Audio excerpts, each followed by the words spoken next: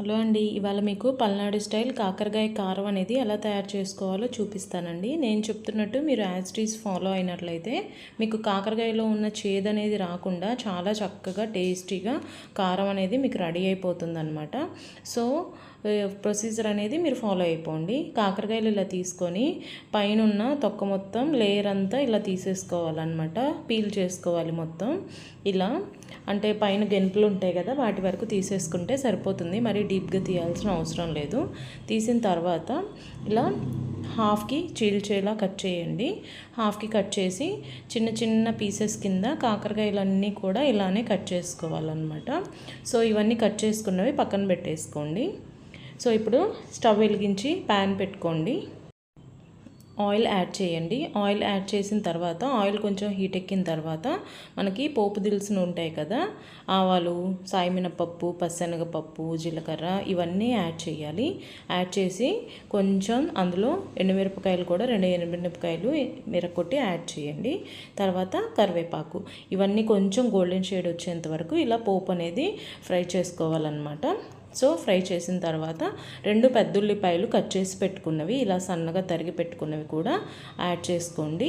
ఇది కొంచెం దోరగా వేగేంత వరకు మీడియం ఫ్లేమ్లో పెట్టి అడ్జస్ట్ చేయండి. అవి వేగుతూ ఉంటాయి. ఇప్పుడు కాకరకాయలు కట్ చేసి పెట్టుకున్నవి ఇలా పీసెస్ కింద అన్నీ కట్ చేసి పెట్టుకున్నారు కదా, ఇందులో సాల్ట్ కానీ గండుప్పు కానీ తీసుకోండి, 1 టేబుల్ స్పూన్ వరకు. అండ్ పసుపు తీసుకోండి. ఇవి గట్టిగా ఇలా స్మాష్ చేస్తూ గట్టిగా పిండుతూ ఇలా మొత్తం కలపాలన్నమాట. చూసారు కదా అందులో ఉన్న పసరంతా ఎలా హ్యాండ్కి అందుకుంటుందో. సో ఇలా పక్కన పెట్టుకోండి. ఇప్పుడు చూసారుగా ఈ ఫ్రై అంతా మనకి పోపు అయిపోయింది, ఫ్రై అయిపోయింది. సో ఇప్పుడు ఇదంతా గట్టిగా పిండి ఓన్లీ కాకరకాయల వరకే ఇలా ఫ్రైలో యాడ్ చేసుకోవాలన్నమాట. సో అందులో ఉన్న పసరు మొత్తం వెళ్ళిపోతుంది కాబట్టి మనకి చేదు అనేది ఆల్మోస్ట్ వెళ్ళిపోతుంది. ఇంకా చేదు అనేది రాదనమాట. ఏదో చిరుచేదు కొంచెం ఉంటుంది కానీ ఆ కాకరకాయ చేదు అనేది ఉండదు. సో అవి వేగుతూ ఉంటాయి. ఈలోపు మనం స్పెషల్గా కారం అనేది రెడీ చేసుకుందాం. ఎల్లుల్లిపాయలు 2 పెద్ద ఎల్లుల్లిపాయలు ఇలా పాయలు తీసి మిక్సీ జార్లో వేసుకోండి.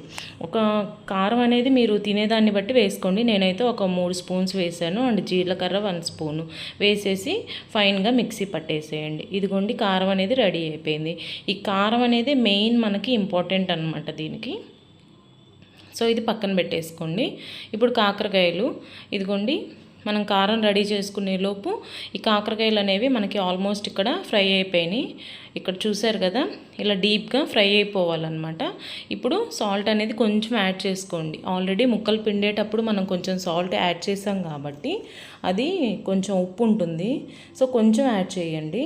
ఇప్పుడు కాకరకాయలన్నీ పక్కకు అనేసి మధ్యలో కొంచెం ఆయిల్ ఉంటుంది కదా, ఆ పార్ట్లో కారం అనేది మీరు తగినంత యాడ్ చేసుకోండి. మీరు కారం ఎక్కువగా తింటామంటే ఎక్కువ యాడ్ చేసుకోండి, కొంచెం మీడియంగా తింటామంటే యాడ్ చేసుకొని పచ్చివాసన పోయేదాకా ఎల్లుల్లిపాయలు ఉంటాయి కదా అది కొంచెం ఫ్రై అయ్యేదాకా వేయించుకొని ఇప్పుడు మొత్తం కలిసేలాగా ఇలా కలిపేసుకోవాలన్నమాట.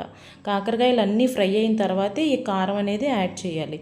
కారం యాడ్ చేసిన తర్వాత ఒక 1 or 2 minutes ఇలా ఫ్రై చేసుకోవాలి. ఇదిగోండి మనకి కాకరకాయ కారం అనేది ఆల్మోస్ట్ రెడీ అయిపోయిందనమాట. ఇది వేడివేడి అన్నంలో సర్వ్ చేసుకుంటే చాలా బాగుంటుందండి. సో ఇంట్లో తప్పకుండా ట్రై చేయండి. వీడియో మీకు నచ్చింది అనుకుంటున్నాను. నచ్చితే మీరు సబ్స్క్రైబ్ చేయండి అండ్ బెల్ కొట్టండి, మీకు నోటిఫికేషన్స్ వస్తాయి. అండ్ లైక్, కామెంట్, షేర్ కూడా చేయండి.